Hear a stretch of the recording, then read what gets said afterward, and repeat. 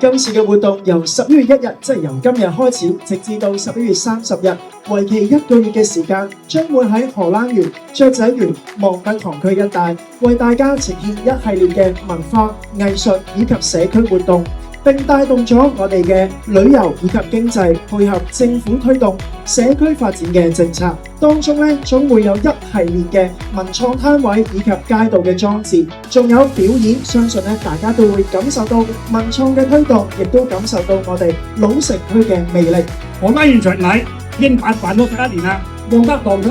進行咗好多青年創業、展示你文化色彩。雀仔園一帶則是融合各地嘅街市、美食，大家齊心合力推動社區嘅發展。接落嚟，我哋將會進行2025荷蘭園巡禮嘅開幕禮儀式。3、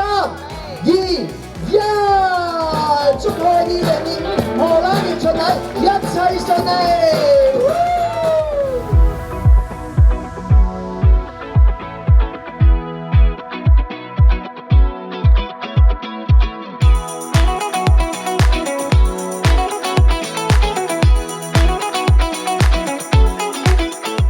！2025年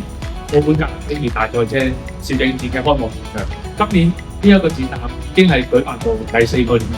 可以話嚟講，從東望洋跑道上面嘅人騎一同奔馳，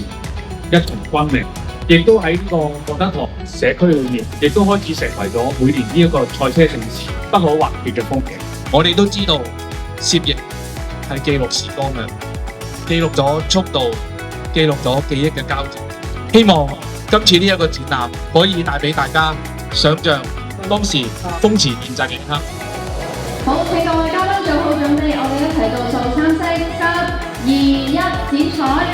金展定音，精彩紛紛，賽車風馳，攝影作品氣勢如虹。祝願2025年荷蘭園巡禮系列活動澳門格蘭披治大賽車攝影展順利舉行，讓賽車嘅激情同攝影藝術共同編織出動人嘅篇章。